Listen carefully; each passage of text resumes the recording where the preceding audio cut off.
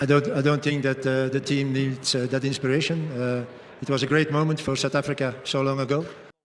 The 2026 World Cup is the largest in the tournament's history. For the first time, 48 teams will compete, up from 32, playing a record of 104 matches across 39 days. This is more than 40 games than the previous edition in Qatar. To fit the bigger games, organizers created an entirely new knockout round, the round of 32, which has never existed at a men's World Cup before. The teams are split into 12 groups of 4, and the tournament runs from June 11th to July 19th, 2026. It's the first format change since 1998. A tournament this size has never been attempted, and whether it runs smoothly is a quiet question hanging over the whole event. For the first time in history, 3 nations are sharing a single World Cup. The United States, Canada, and Mexico will stage matches across 16 cities, with the United States holding 78 of the 104 games, including every match from the quarterfinals onward. Canada and Mexico host 13 each. Only once before has the tournament been split between countries, when Japan and South Korea shared it in 2002. With this edition, Mexico becomes the first nation ever to host the Men's World Cup 3 times, after 1970 and 1986. For Canada, it's the very first time hosting the men's tournament at all. Estadio Azteca in Mexico City is about to do something no other venue has done.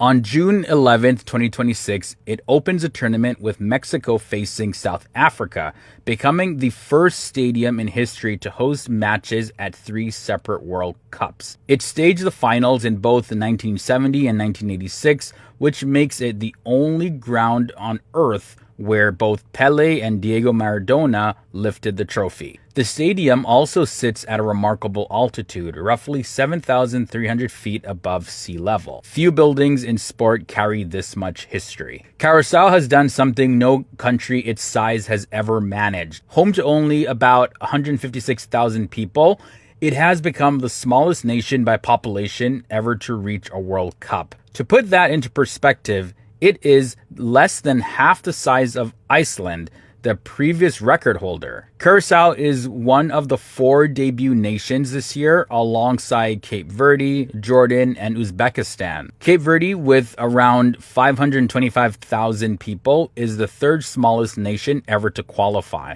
The expanded format opened the door, and these small nations walk straight through it. Uzbekistan has made history as the first Central Asian nation ever to reach a men's World Cup. For 34 years, the country had come close and fallen short in the final rounds. A near miss that stung an entire football-loving nation again and again. This time, they finally crossed that line. Adding to the storyline, the team is guided by Fabio Cannavaro, the Italian who captained his country to World Cup glory in 2006. A debutant nation led by a former world-winning captain is exactly the kind of subplot the expanded tournament was designed to create. Italy were trying to avoid disaster by missing their 3rd consecutive World Cup. Really, truly unheard of. Italy will not be at the 2026 World Cup, and that absence is one of the biggest shocks in modern football. The 4-time World Cup champions fell in the qualifying playoff to Bosnia and Herzegovina on penalties on March 31st, 2026. Missing the tournament for the 3rd straight time. For a nation like Italy, it's almost unthinkable to go this long without entering into the World Cup. The last time Italy actually appeared in the World Cup was 2014, more than a decade ago, and their coach stepped down by mutual agreement within days. Meanwhile, the larger field welcomed back nations absent since the 1970s. The 2026 World Cup carries the richest prize fund the tournament has ever offered. In December 2025, FIFA approved a record $655 million in performance-based prize money, a 50% jump from the previous edition. The winning nation alone will take home $50 million, the largest payout ever for a World Cup champion.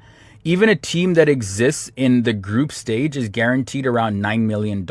And with separate preparation payments, every nation leaves with at least $10.5 million. Remarkably, not a single new stadium was built for this tournament, a sharp contrast to the enormous construction builds of the past. The 2026 final at MetLife Stadium will break a more than 90-year tradition by staging the first halftime show in World Cup history. Inspired by the Super Bowl, the performance is being curated by Coldplay's Chris Martin, with a lineup reported to include some of the biggest names in music. For the first time, the tournament will also hold 3 separate opening ceremonies, one in each host nation. Even the official ball is unusual, built from just 4 panels, the fewest of any World Cup ball, with a motion sensor inside feeding data to the video review system. The heat is a great equaliser, so we could see maybe some unexpected results if you've got a top team who hasn't prepared. The 2026 World Cup faces a challenge no amount of planning fully resolves: the summer heat. Researchers studying the 16 host cities warned that a large share of matches could be played in risky conditions, with one analysis finding that roughly a quarter of the 104 games may exceed the safety limits recommended for players. Organizers responded by steering daytime matches toward air-conditioned indoor stadiums and pushing high-risk open-air games to evening kickoffs. And they also added mandatory hydration breaks. Ticket prices for FIFA's World Cup final are now going for nearly $11,000. World Cup 2026 is the first to use dynamic demand-based ticket pricing, and the results have drawn serious scrutiny. The most expensive final tickets, first offered at around $6,730, later rose to nearly $11,000, with resale listings climbing far higher. In late May of 2026, the Attorney General of New York and New Jersey formally questioned FIFA over its ticketing practices, pointing to reports that prices across most matches had risen by an average of about 34%.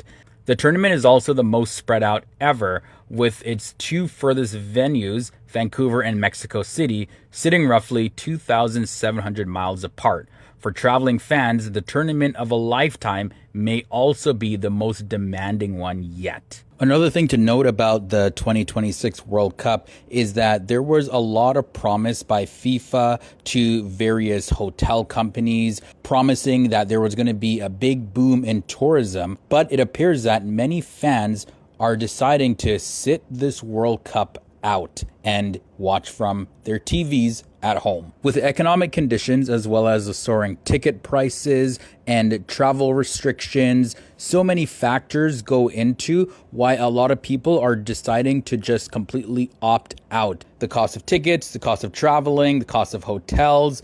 Yeah, that adds up really quick. But it's the World Cup. It only happens once in 4 years. For many, many fans, this is the opportunity of a lifetime. And no matter the cost, they will pay. No matter the distance, they will travel. Lionel Messi is, for many, the most complete argument for the greatest footballer ever assembled. Messi ruling the football world as the ultimate GOAT. The Argentine magician has won the Ballon d'Or, awarded to the world's best player, a record 8 times, more than anyone in history. He's a Lionel. I mean, he can't go wrong. For nearly 2 decades, he produced a level of brilliance that seemed to break the normal rules of the game, scoring and creating goals in numbers few could imagine.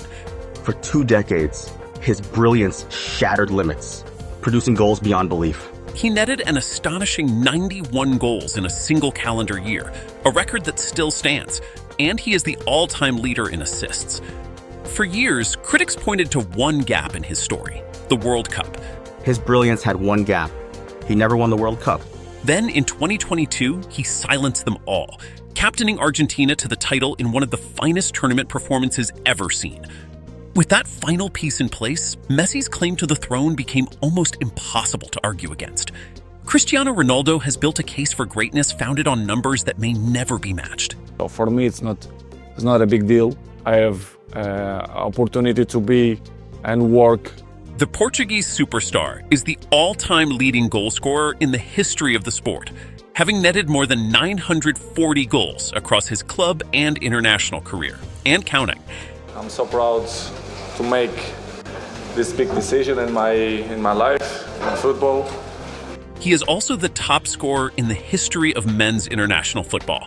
And in 2026, he became the first player ever to score at 6 different World Cups.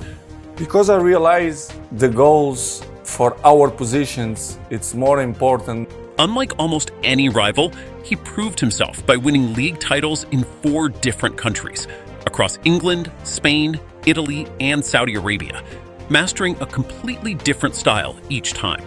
And of course, to score 2 goals was the best, unbelievable day too. He has claimed the Ballon d'Or 5 times and lifted the Champions League on 5 occasions. Perhaps most remarkable of all is his longevity. And for me, it's amazing because you can control a little bit better. Still scoring prolifically well into his 40s. His relentless drive and record-breaking output place him firmly among the immortals. Pelé is the man who first defined what footballing greatness could look like, the original king of the game. The late Brazilian legend remains the only player in history to win the World Cup 3 separate times, lifting the trophy in 1958, 1962, and 1970. He announced himself to the world as a teenager, scoring in the 1958 final at just 17 years old, and he never stopped dazzling. By his own and Guinness World Records count, he scored an almost unbelievable negative 16,279 goals across his career, a figure so vast it still stuns modern fans. Beyond the statistics, Pelé became football's first truly global icon, spreading the joy of the game to every corner of the planet. He carried himself with a grace that made him beloved far beyond Brazil.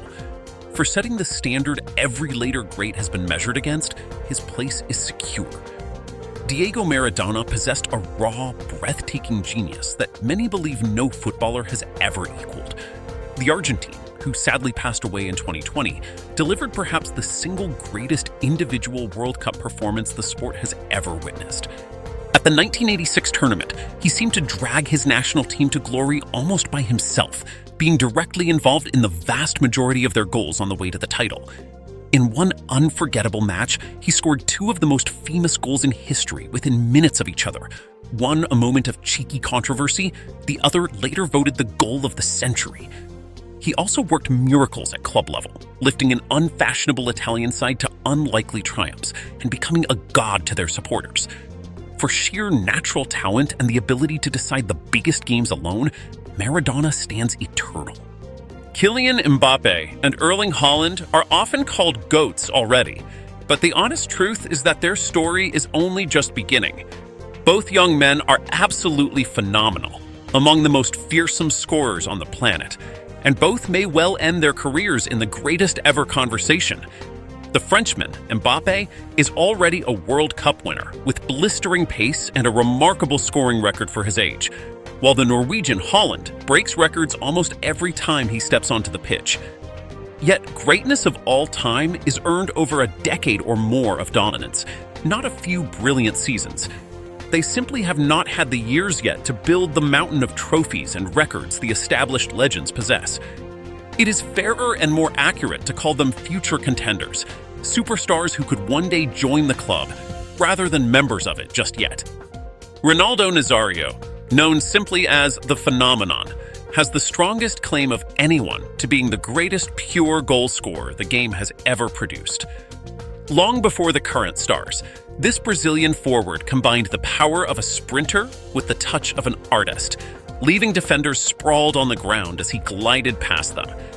He was a 2-time World Cup winner and twice recovered from serious injuries that would have ended lesser careers, returning each time to terrorize opponents all over again.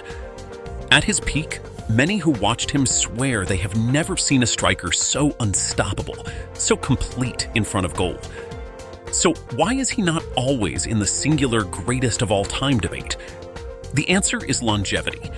Injuries robbed him of years at the very top, cutting short a peak that might otherwise have carried him all the way. He remains, for many, the finest striker football has ever seen. Zinedine Zidane played the game with an elegance so rare that many call him the most graceful footballer who ever lived. The Frenchman seemed to glide across the pitch, controlling the ball as if it were tied to his feet, gifted with a vision and balance that left opponents mesmerized. He reached the summit of the sport, scoring twice in the final to lead France to the World Cup title in 1998 and adding the European Championship 2 years later. At club level, he produced one of the most beautiful goals ever seen, a stunning volley that won the Champions League for Real Madrid in 2002. He was named the world's best player 3 times over. His career ended on a controversial note at the 2006 final, yet he still walked away with the award for that tournament's finest player. For pure artistry, few names shine brighter than Zidane's. Ronaldinho played football with a smile so infectious that he reminded the entire world why the game is beautiful. The Brazilian magician was a wizard with the ball, pulling off tricks and flicks that seemed almost impossible, all while looking like he was having the time of his life. At his peak, he was simply unplayable, twice named the world's best player, in 2004 and 2005, and a key part of the Brazil side that won the World Cup in 2002. His crowning glory came with Barcelona, where he dazzled crowds week after week and lifted the Champions League in 2006, even earning applause from rival supporters spellbound by his brilliance. Though his time at the very top burned bright and fast rather than lasting for decades, few players have ever been so purely magical to watch. For the sheer happiness he brought to millions, Ronaldinho remains beloved the world over. Cristiano Ronaldo's greatest argument is written in the record books. He has scored more goals than anyone in the history of the sport. Because I realize the goals for our positions, it's more important. By the middle of 2026, Ronaldo had netted around 975 goals across his club and international career, a staggering tally that no footballer has ever reached. And of course, to score 2 goals was the best, unbelievable day too. He built it across 5 clubs in 4 different countries, including a club record at Real Madrid. And he is now closing in on the almost unthinkable milestone of negative 16,000 career goals. And for me, it's amazing because you can control a little bit better. His supporters point out that he even reached the famous 900 goal mark first, getting there in 2024, well over a year before his great rival. While Lionel Messi has also passed 900 goals, an extraordinary feat in itself, he trails Ronaldo by roughly 60. He's a Lionel. I mean, what he can't go wrong. For those who believe the ultimate job of a forward is to score, Ronaldo's place at the very top of that list is the single most powerful point in his favor. Cristiano Ronaldo is the most prolific goal scorer in the history of men's international football, a record his fans hold up with enormous pride. Playing for Portugal, Ronaldo has found the net 145 times for his country, more than any man who has ever pulled on a national shirt. He long ago surpassed the previous record, held for years by the Iranian forward Ali Daei, and then pushed the mark to heights that may stand for generations. He has now also played more international matches than anyone in the men's game, reaching 230 appearances in 2026. Lionel Messi's total for Argentina, while magnificent at over 120 goals, sits more than 20 behind Ronaldo's world record. For Ronaldo's supporters, leading the entire planet in international scoring across nearly 2 decades of service is proof of a commitment to his country that stands above all others. Cristiano Ronaldo owns the record books of the Champions League, Europe's most prestigious club competition. He is the all-time leading scorer in the tournament's history with 140 goals, ahead of Lionel Messi. But his supporters argue the most telling number lies deeper. Ronaldo has scored more goals in the knockout rounds than anyone ever, the high-pressure matches where the trophy is actually won or lost, rather than easier early games. He is the only player to score in 3 separate finals, and he was the driving force behind Real Madrid's remarkable run of 3 titles in a row. He has lifted the trophy 5 times in total, 1 more than Messi. For those who judge greatness by who delivers on the biggest nights, when everything is on the line and the whole world is watching, Ronaldo's record in this competition is the ultimate evidence. Cristiano Ronaldo has proven himself in a way no other footballer can claim, by conquering 4 different countries. This is one of the strongest pillars of his case. Ronaldo is the only player in history to win league titles and finish as the top scorer in 4 separate nations: England, Spain, Italy, and Saudi Arabia. He won 3 straight Premier League crowns with Manchester United, league titles with Real Madrid in Spain, back-to-back titles with Juventus in Italy, and most recently the Saudi League with Al Nassr. Each country brought a different style, a different climate, and a different challenge, and he mastered them all. His supporters contrast this with Lionel Messi, who spent the overwhelming majority of his career at one club, Barcelona, in a single league perfectly suited to him. Succeeding everywhere he went, they argue, is the true mark of an adaptable, complete champion. Cristiano Ronaldo did something for his country that no one had ever managed before him. He made Portugal winners. For all its proud football history, Portugal had never lifted a single major trophy until Ronaldo led them to glory. Under his captaincy, the nation has now won 3, beginning with the European Championship in 2016, where he inspired his team to victory even after being forced off the final through injury. They later added 2 Nations League titles, becoming the first country to win that competition twice. His supporters frame this as a crucial point in the debate. Lionel Messi's Argentina was already one of the giants of world football, with a rich winning tradition behind it. Portugal, a small nation, had won nothing at all until Ronaldo personally carried them to the summit. Lifting a country onto his shoulders, they argue, is greatness of a rare kind. Cristiano Ronaldo, at the remarkable age of 41, is still rewriting football history, something almost unheard of in the sport. While most players his age retired long ago, Ronaldo continues to perform at the highest level. In the 2026 season, he scored 28 goals to lead Al Nassr to the title. And at the 2026 World Cup, he made history once again, becoming the first player ever to score at 6 different World Cups, spanning all the way back to 2006. He has now found the net in 24 consecutive calendar years. His supporters credit this to almost superhuman professional discipline, a meticulous approach to fitness, diet, and recovery that has kept his body at an elite level for over 2 decades. This extraordinary longevity, they argue, is the ultimate proof of greatness. Sustaining brilliance for this long is something no rival has ever matched. Cristiano Ronaldo's influence stretches far beyond the pitch, making him arguably the most famous athlete on the planet. He is the most followed person on the entire Instagram platform, with around 668 million followers, and he was the first human being ever to pass 1 billion followers across all social media combined, a reach larger than most countries. He also became football's first billionaire in 2025, and he regularly tops the list of the world's highest paid athletes, recently estimated to earn around $275 million a year. His brand empire spans hotels, fashion, fragrances, fitness, and healthcare, all built around his famous initials. His supporters argue that while popularity is not the same as talent, this global influence is unmatched by Lionel Messi or anyone else, and reflects a level of worldwide impact that sets Ronaldo apart as a cultural phenomenon as much as a sporting one. Cristiano Ronaldo is celebrated by his supporters as the most complete goal scorer the game has ever seen. Where many great forwards rely on one favored method, Ronaldo can hurt opponents in every way imaginable. He scores with his stronger right foot and his weaker left, both equally dangerous.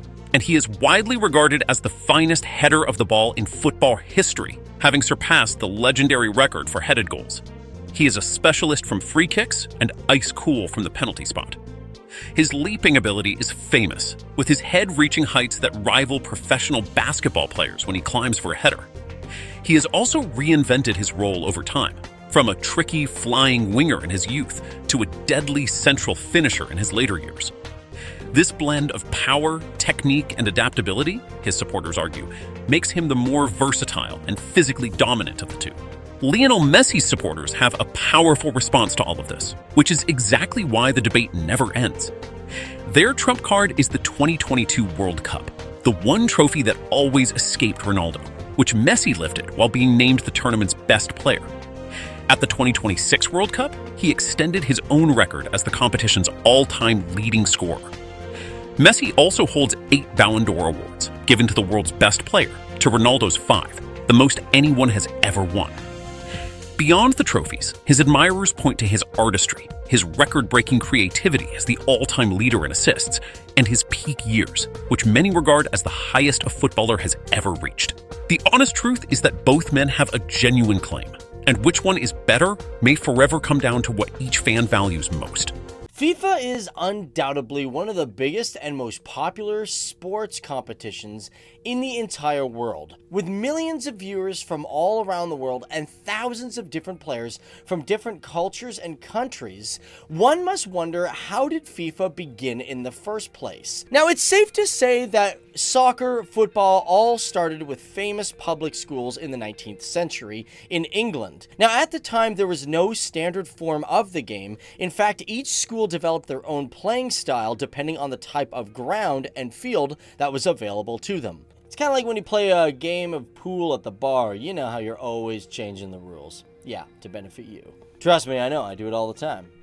Now, it was these different circumstances that emerged a type of game that depended more on the player's dribbling skills rather than the kind of robust energy in a rugby scrum. And what that basically meant was some schools favored that there was a more rugged sort of game where you could like grab the ball and run with it, that sort of thing. But as the game progressed into the 19th century, people noticed a new attitude towards football. And this attitude encouraged fine qualities among men like loyalty and cooperation. Games during this time became an integral part of school curriculum, and finally in 1863 things took a turn, where there was an initiative that was began by the Cambridge University to lay down some standard uniforms and rules for the game that was to become football. And by October 26th of 1863, 11 London clubs and schools came together to clarify the muddled rules between football and rugby and lay down some acceptable rules to all parties. And you could say that this pretty much marked the beginning of the Football Association.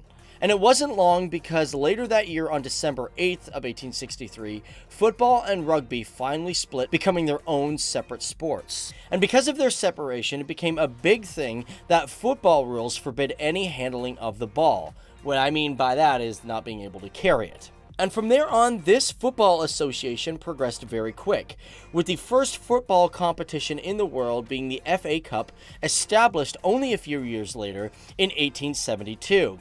By 1888, the first league championship was underway, and football at this time had major influence all over the world due to the fact that the British Empire was spreading as well. Now, for all you big FIFA fans, you guys already know that FIFA was established in 1904. Now, this was founded in May of that year, and it had 7 founders initially, which were Belgium, France, Denmark, the Netherlands, Spain, which was represented by Madrid FC. There was also Sweden and Switzerland. And as for the German Football Federation, they cabled its intention to join on the same day as the rest of them. And thus, that began the real international football community, which grew steadily. And by the late 1930s, there were 51 FIFA members. And by 1950, after the lull of the Second World War, they had 73 members. Now, because of FIFA's rivalry with the international Olympic community, it led to the organization to conduct their first World Cup in Uruguay in 1930. And when the tournament first started, it was actually extremely small, and only countries were allowed to join through invitation. And oddly enough, during this time, it was hardly discussed in Britain, which was the birthplace of this sport. But as of today, it is the most awaited sport event in the entire world, bringing together millions of people from around the world. And oddly enough, did you know that FIFA is so big and so popular that it has more official members than the United Nations? In fact, it has become so big that FIFA has more member associations than member states in the United Nations General Assembly. And it's so big, it's an organization that has such international power that can be reckoned with, as it has 6 regional confederations, which is roughly the world's continents, that feed into the overall organization of the game. As for the FIFA Congress, it's comprised of delegates from all around the world and elects the organization's presidents in elections held at the FIFA headquarters in Zurich, Switzerland. And as for the president and the head of the regional confederations, they are part of FIFA's executive committee, which is the organization's main decision-making body. It is a committee that votes on which country gets to host the next World Cup. But you may wonder, what happens if FIFA gets way big? Do they have a way to deal with that? Well, when anything gets too big, it tends to face the common problem of over-commercialization. With the advent of television and advertising rights and global obsession with soccer, it has turned FIFA into a multi-billion-dollar industry. And to give you an idea of how much this organization makes, in 2014 it had a revenue of $4 billion. But one kind of really interesting thing about FIFA, it's listed as a non-profit organization, so they actually don't get hit with a lot of taxes. Yeah, they figured out a way around that loophole. And because of this, FIFA has had, unfortunately, some negative press, being known as a breeding ground for systematic system that breeds rampant corruption. And what I mean by that is throughout FIFA's history, there's been a lot of members that have been accused for taking bribes. And not only that, but also kickbacks from other various firms in bidding for lucrative soccer-related contracts. And although FIFA is an institution that has not been able to shake off this negative criticism, with many people arguing that soccer is not a matter for politics and is just simply a fun game. And overall, it doesn't change the fact that FIFA continues to change the world in both positive and negative ways. And overall, it's a game that is just for families, friends, and good times. Here we have West Germany versus France in 1982. So one of the most violent World Cup injuries ever took place in Spain in 1982 in a semi-final match between West Germany and France. So these two countries were level at 1-1 during the 58th minute when France's Patrick Battensen was racing towards a German goal before German goalkeeper Harald Schumacher. And let's just say that the play didn't end well for Battensen as Schumacher steamrolled into his body. Battensen was knocked out completely cold. He lost 3 of his teeth. He had damage to his vertebrae, and he later slipped into a coma. Now for this, Schumacher should have probably been thrown out of the game or arrested, but the referee just granted a free kick. Okay, moving on to 1962, we have France versus Kuwait. The 1962 World Cup grabbed headlines during the group match between France and Kuwait. The French were leading Kuwait 3-1 when all of a sudden their opponents seemed to have stopped playing for a few seconds. The French took advantage of this situation, of course, and then they scored another goal, making it 4-1. And people of Kuwait protested, arguing that the players heard a whistle, which is why they stood still. The president of Kuwait's Football Association came down to the field and protested that he would pull his players out if the goal stood, because someone in the crowd must have blown a whistle. The referee then disallowed the goal and the game went on. But guess what? The final score? France, 4-1. So that didn't really help anything. Okay, so now let's take a look at Croatia and Australia's match in 2006. During the 2016 World Cup, it became infamous for the referee's ability to count. During the 61st minute of the game, English referee Graham Poll issued Josip Simunic of Croatia a yellow card, but he forgot to write it down in his notebook. Simunic received a second card in the 90th minute, meaning that he should have been removed from the game, but he stayed put since nobody asked him to leave. At the final whistle, Simunic received another yellow card and the referee showed him a red card, believing it was his second yellow card. But none of the referees noticed error and Poll took full blame after the 2-2 draw. Alright, so another 2006 match, Netherlands versus Portugal. Now what was so surprising about this round 16 match between Netherlands and Portugal wasn't the goal or the saves or anything like that, but it was the match referee. Neither the Dutch or the Portuguese were known for playing dirty, and yet the referee Valentin Ivanov of Russia handed out 4 red cards and 16 yellow cards during the match. I mean, this guy went nuts, and this is a World Cup record for the amount of cards being drawn in a game. Going back down now to 1962, we have Chile versus Italy. This match was called the Battle of Santiago, and Chile was the host nation of this World Cup. Why this match has gone down in history as one of the most shocking moments in World Cup history is due to the fact that the game was incredibly violent. Players were punched, spat on, and at one point in the game, the police had actually come to escort a player who refused to leave the field. And people were calling this the most disgraceful game of football ever. Okay, so halfway now in at number 5, England versus West Germany in the 1966 World Cup. One of the most debated incidents in the World Cup history took place during the 1966 final between host England and West Germany. Now, Germans managed to tie the game 2-2 during the last minute to force extra time. And then after 11 minutes into extra time, England's Geoff Hurst seemed to have scored when his shot smashed off the crossbar. The ball then bounced downwards to the goal line and then back out into the field of play. It happened so fast that it was virtually impossible to tell whether the ball crossed the goal line. But eventually the decision was made to award England the goal, and they took their first and only World Cup victory. We got Germany and England again, this time in 2010. Now, this was another controversial moment in World Cup history, and this was caused by a shot crossing the line when Germany and England got together in South Africa in 2010. This time, however, the outcome wasn't in favor of England. There's straight up proof that Frank Lampard's long shot crossed the line, but the referee Jorge Lorianda of Uruguay refused to give the goal. And instead of going into halftime tied 2-2, England had to stay aggressive in the second half. Germany then scored twice in the last 22 minutes to win 4-1. Let's look at the 2006 World Cup again with France versus Italy. Now, this game had gained notoriety for the French midfielder Zinedine Zidane's infamous headbutt moment. The game was level in extra time with 10 minutes to go when Zinedine Zidane drove his head forcefully into the chest of Marco Materazzi. It was later reported that Materazzi got Zidane agitated because he was making some lewd comments about his mother and sister. So Zidane had enough. Boom! Headbutt. He, of course, was sent off for violent conduct, and Italy went on to win 5-3 in a penalty shootout. And this was a historical game, not just for the headbutt, but it also marked Zinedine Zidane's last football game. Now, we got two more. Our second last one is the 1986 World Cup, and this is Argentina and England. The highlight of Diego Maradona's controversy-filled life was the 1986 quarterfinal match between Argentina and England.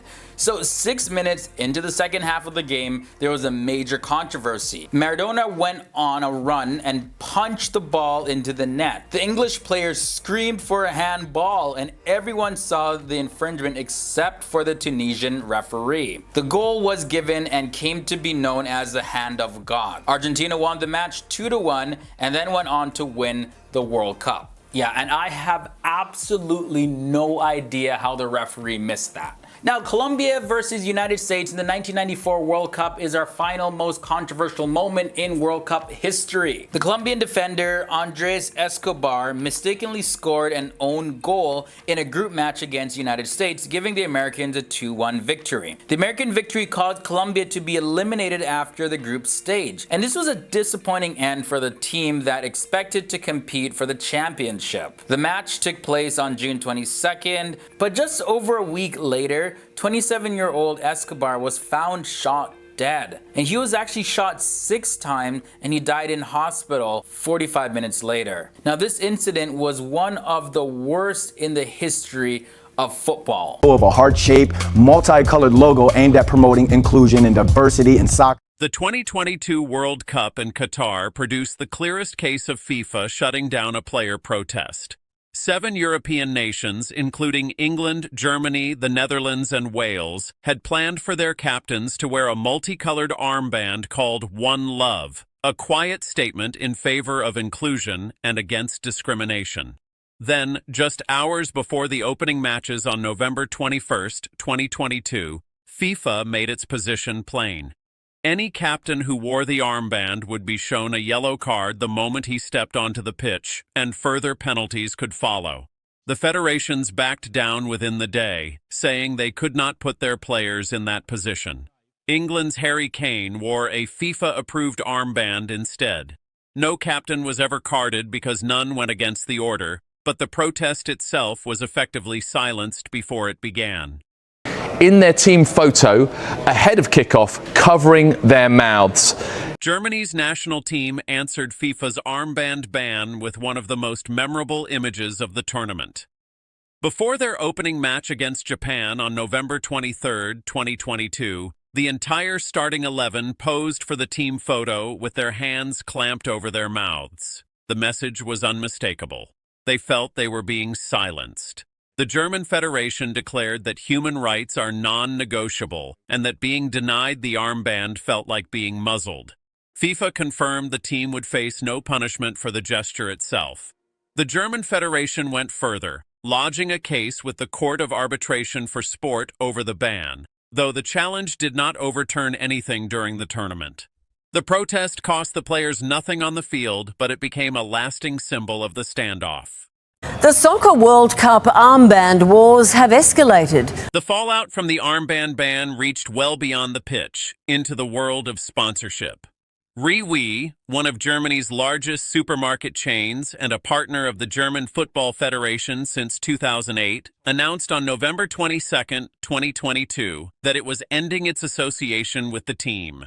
This was no small gesture from a company with annual sales measured in the tens of billions of euros. Its chief executive, Lionel Souk, said the company stood for diversity, that football was diversity too, and that FIFA's stance was unacceptable to him both as a business leader and as a fan of the game. It was a striking reversal, a major sponsor walking away not because of anything the players did, but because of how football's governing body had treated them. In October 2024, more than 100 professional women footballers put their names to a blunt and very public rebuke of FIFA. The players, 106 of them from 24 countries, signed an open letter to FIFA president Gianni Infantino, objecting to a major sponsorship deal with the Saudi state oil company Aramco, which had been announced earlier that year. The letter did not hold back, calling the partnership a middle finger to women's football, and warning that FIFA might as well pour oil on the pitch and set it alight.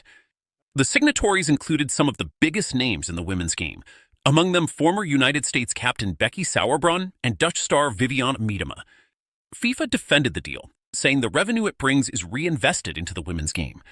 The players faced no penalty, but the deal stood. In 2014, a group of the world's best women footballers brought a case against FIFA at a human rights tribunal. Led by the American star Abby Wambach and backed by more than 60 players from around the world, they argued that staging the 2015 Women's World Cup on artificial turf, while the men always played on natural grass, amounted to unequal treatment. The case named both FIFA and the Canadian organizers.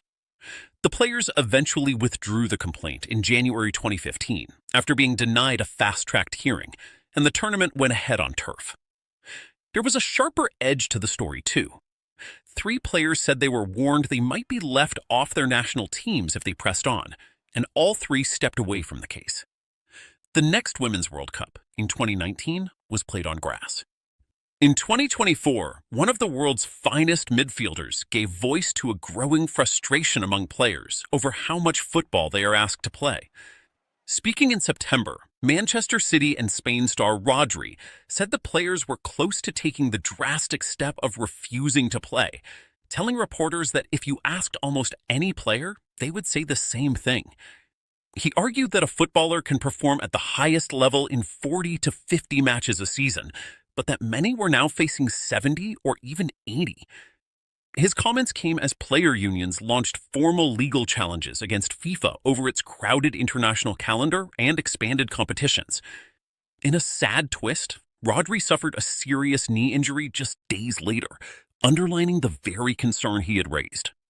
The heaviest price of all was paid not by famous players, but by 2 women who worked inside the World Cup bidding process and chose to speak. Phaedra Almajid, who had worked for the Qatar 2022 bid, and Benita Merciades, a senior figure in Australia's bid, both gave evidence to an official investigation into how host nations were chosen. They had been promised their cooperation would stay confidential. When a summary of the investigation was published in November 2014, both said their identities were effectively exposed. Al-Majid described receiving alarming online messages, aimed even at her children, and was later offered protection by the FBI, saying she would be looking over her shoulder for years. Both women also found their credibility publicly questioned by football's authorities. Their careers in the game were over, and their experience stands as the starkest example of what spucking out can cost. Denmark went into the 2022 World Cup as one of the most outspoken teams of all, and FIFA pushed back.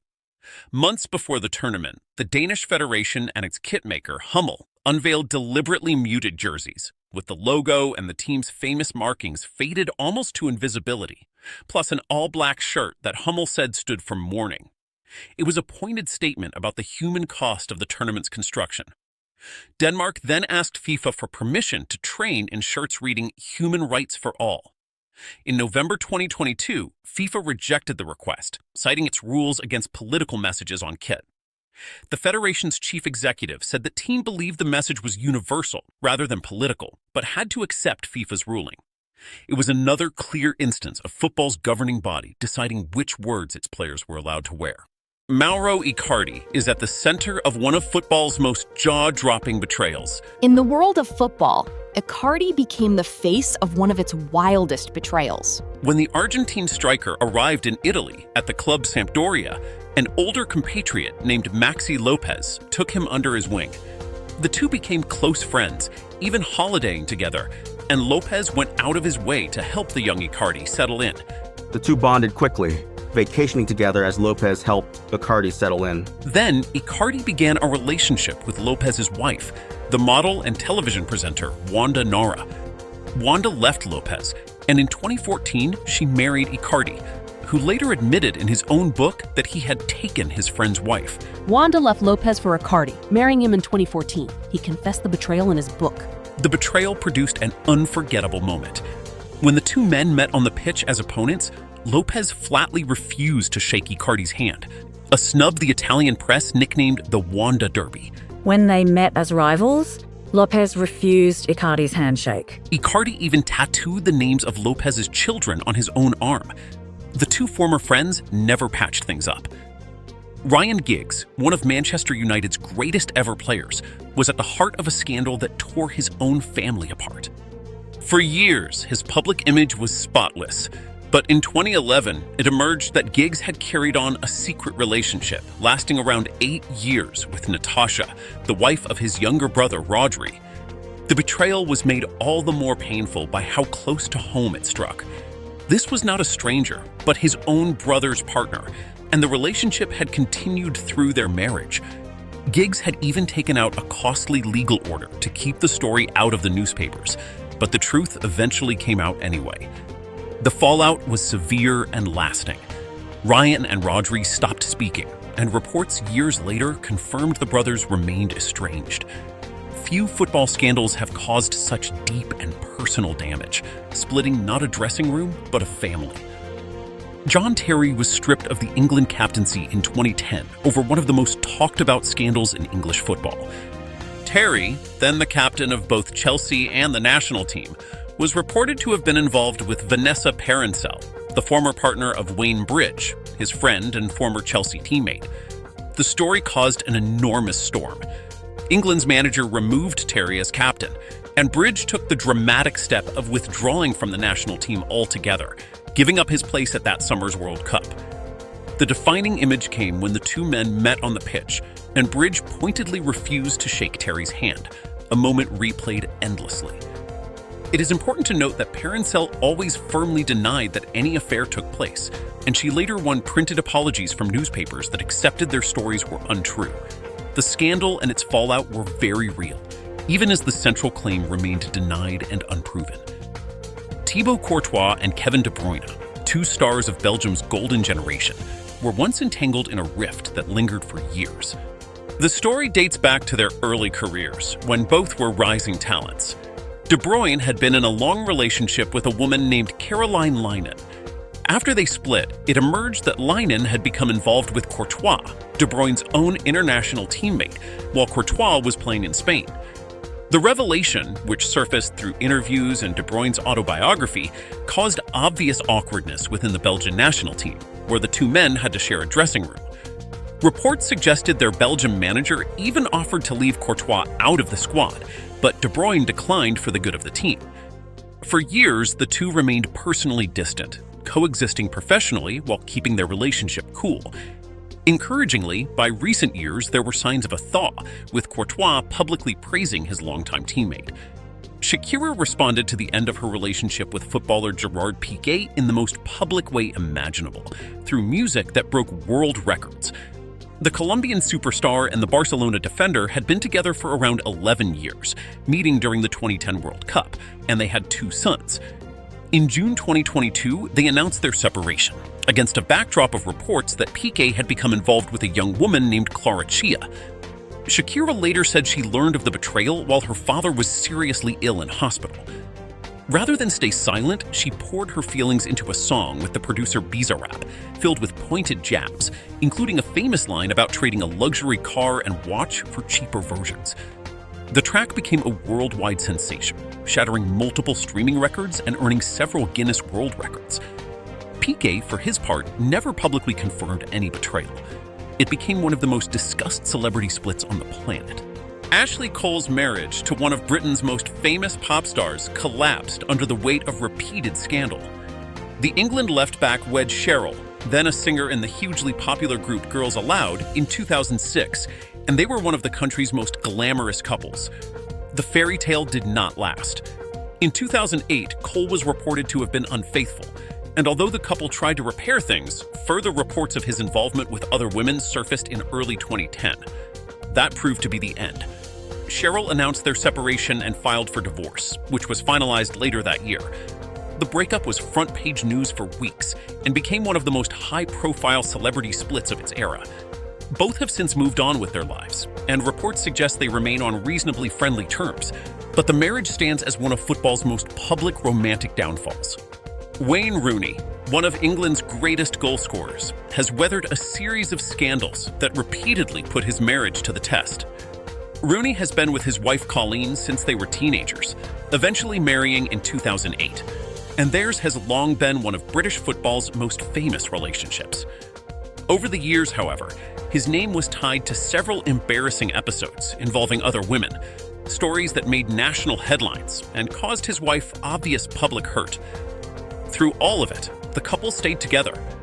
Colleen has repeatedly chosen to forgive her husband and rebuild, something she has spoken about openly, including in her own autobiography and a documentary about their lives. The Rooneys remain married to this day, with 4 children, and their relationship has become a study in endurance. Few couples in football have faced so much turbulence in the public eye and still managed to stay together through it all. Sven-Göran Eriksson, the first foreign manager of the England national team, found himself at the center of a scandal that shook the country's football association. The Swedish coach, known for his calm and quiet manner, was revealed in 2004 to have been involved with Faria Alam, a secretary who worked at the Football Association.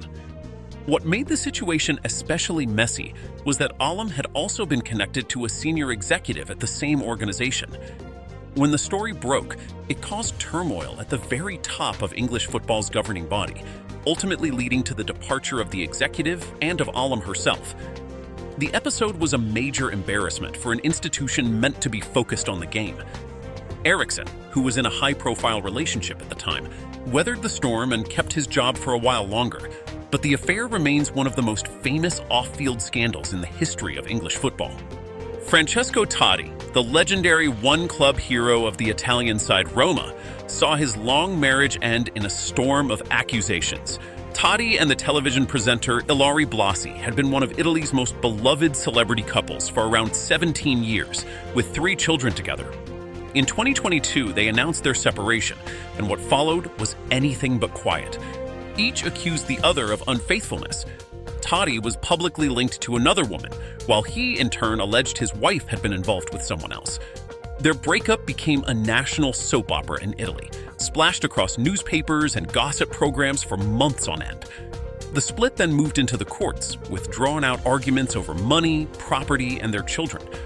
For a couple once seen as the picture of devotion, it was a dramatic and very public unraveling, and one of the most followed celebrity separations Italy had seen in years. David Beckham faced one of football's most famous scandals during his time in Spain, though it is a story he has always firmly denied. In 2004, while playing for Real Madrid, a woman named Rebecca Luce, who had worked as his personal assistant, told a British newspaper that she had been involved with the then-married England captain. The claims caused a global media frenzy. Beckham, married to former Spice Girl Victoria Beckham since 1999, rejected the allegations outright, calling the stories ludicrous and insisting he was very happily married. he never took legal action, and he has never confirmed any wrongdoing. Luce, for her part, has stood by her account in the years since. In their later Netflix documentary, the couple acknowledged it was the most intense period of pressure their marriage had ever faced, without confirming any affair. The Beckhams remain married to this day, more than 2 decades on.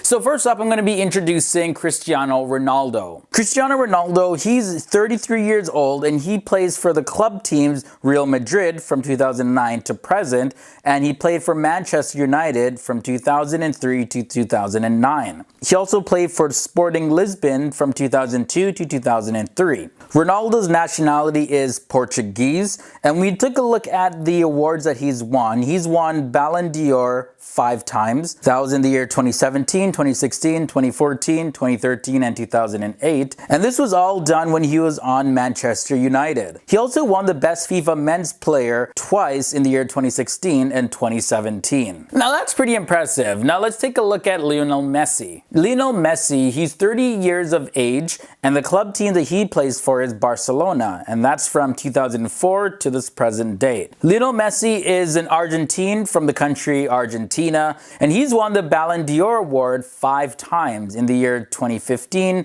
2012, 2011, 2010, and 2009. Now, in looking further into their statistics, this is how Lionel Messi and Cristiano Ronaldo match up with goals, hat tricks, and goal ratios. Now, this excludes friendly matches, by the way. Ronaldo has 653 total goals and 207 assists in 908 appearances. Messi has 612 goals and 249 assists in 758 appearances.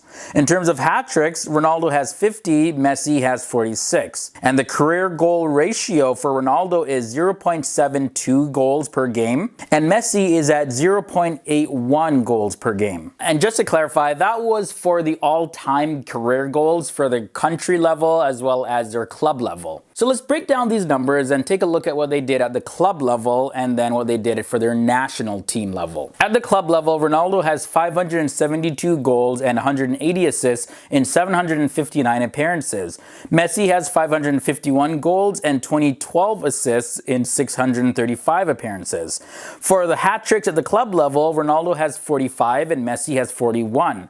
And the club goal ratio for Ronaldo is 0.75 goals per game, and Messi is 0.87 goals per game. At their international level, when they play for their national teams, Ronaldo has 81 goals and 27 assists in 149 appearances for Portugal. Messi has 61 goals and 37 assists in 123 appearances for Argentina.